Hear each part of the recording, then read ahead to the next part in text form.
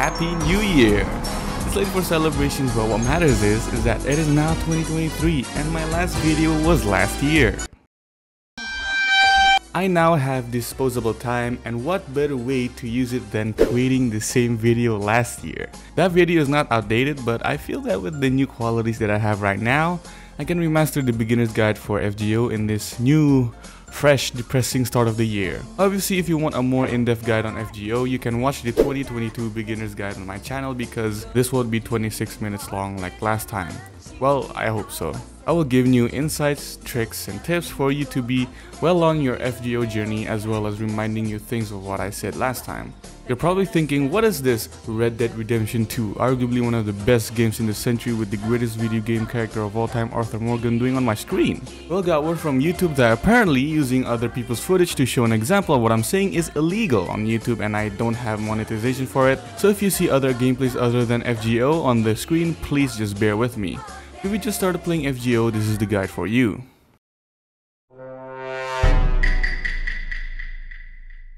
I assume you already know how to play the game. If you don't, well, you're more gone than I thought. FGO offers you 3 cards that you can use to attack your opponents: Quick, Arts, and Buster. Quick does the lowest damage but gives you critical stars, which you can give your attack crits in the next turn. Arts does the medium damage as well as charging your Noble Phantasm or NP. Lastly, Buster, which is bright and red, which only means that it is used to brutally kill your opponents and tear them limb from limb.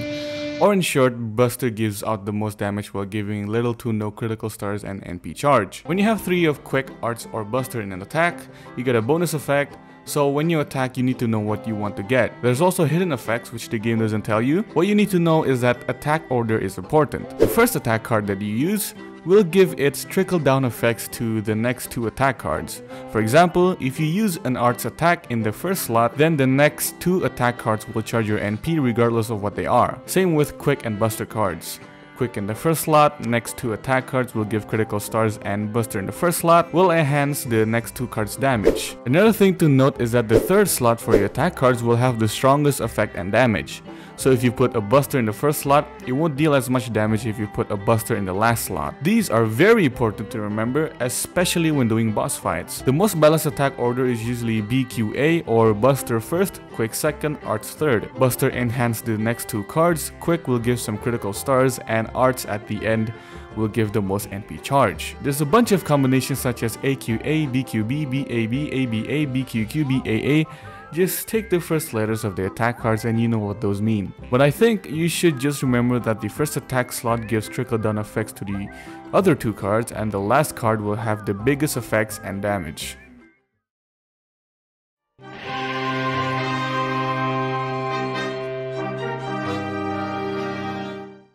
If you're struggling to pick which support is a great fit for a team in a particular quest, then fear not. Arjuna Alter, Morgan, Musashi, and some other Berserker support will save your day. Yes, like last time, this is one of the best advice I can give you as a new beginner FGO player. When you're still new, obviously you're going to play through the story, and as the story goes on, the quests will become more annoying and challenging. You're going to meet loads of quests where there's 3 stages and all with more than 3 types of servants. You're going to pick a servant that is a rider, saber, or a lancer. It'll probably take more than 5 business days to complete the quest. Then the solution is to have a Berserker support. Berserker does 1.5 more damage to any servant class besides the foreigner class, but when are you going to meet a foreigner servant in chapters 1 to 6? Or the first 3 lost belts? None. So if you want to progress quickly without thinking too much, just use a Berserker support and try to keep him alive the whole battle. Berserker supports are also great for boss fights, especially with Ku Alter and Hercules. For normal quests, just go with any Berserker that has a Buster, AoE, NP, and you're good to go.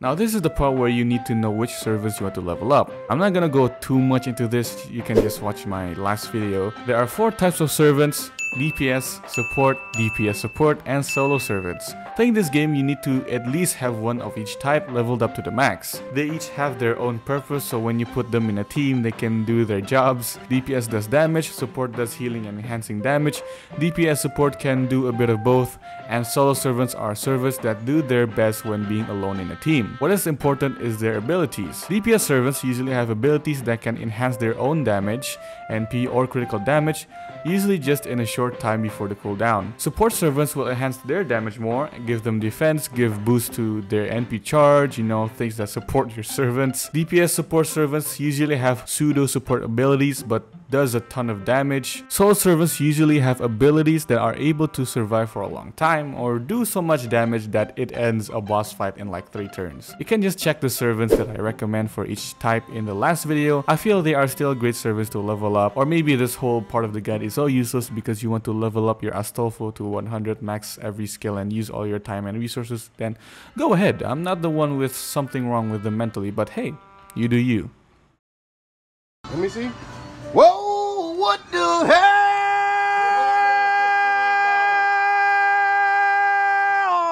Oh my God, no way. Like my video previously, should you spend money on FGO? Probably not. But if you do have St. Quartz in your bank, I think you should hold on to it a little longer before you make any decisions. It is important to know which servants you want to get. Would you like to roll for your favorite servant because she is smoking hot, or you want to roll for meta servants? Both choices are not wrong, but you shouldn't roll for the sake of rolling unless you have unlimited disposable income. You see, there are tons of servants that you can pick from. Just go to your FGO wiki and you have 14 classes, 5 different rarities, and 333 servants to choose from. A lot of my servants are meta servants because back in the day, me and you baby, because back in the day I usually just try to get the most OP team possible so I can defeat bosses relatively easily. But as time goes on, there's more servants coming out and it's getting harder to keep up with the meta. Last time I really want to get a Tamamo, but with the release of Castoria in the NA server, I just got Castoria first rather than Tamamo because, Castoria just does a much better job than Tamamo. So you should save your quartz and spend it on a servant you really want. Whether it's a servant that can fit in your team like a glove or just your favorite servant in general, save your quartz for them and don't just randomly roll in hopes you get someone that you won't probably use.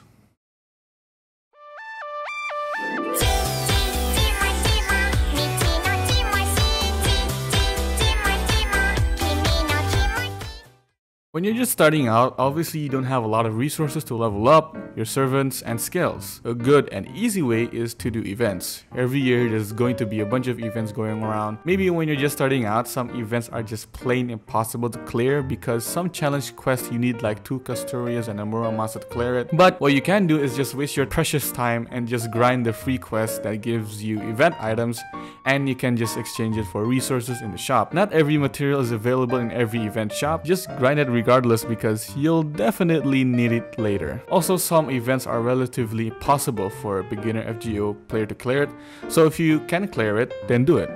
You'll get materials, holy grail, craft essences, and sometimes a free 4-star servant.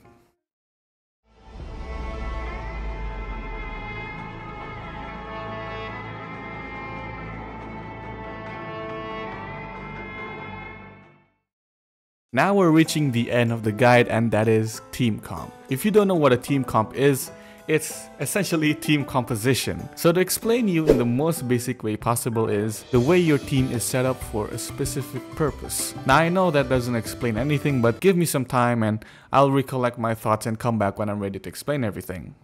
Essentially, there are different team comps where you can build. Now, I don't really put too much thought to a team comp when doing normal quests where you just clear waves of enemies, but when I'm doing a challenge or boss quest, then I create a team comp to defeat it to the best of my utmost ability and work with what I have. Depends on what you want to do, but I usually have either 2 DPS and a single support or 2 supports and a single DPS. That's like the most basic team comp possible and it gets the job done, but picking the right servants in your team and building it in a certain way can definitely make it better and make the game more fun. There's the looping team comp where usually in all of their 3 turns a DPS can keep using its NP. Then there's one-shot team comp, there's double Merlin, double Castoria, double Scotty, farming team, and just a whole lot more. You can obviously search on YouTube or you can just experiment with lots of servants and craft essences.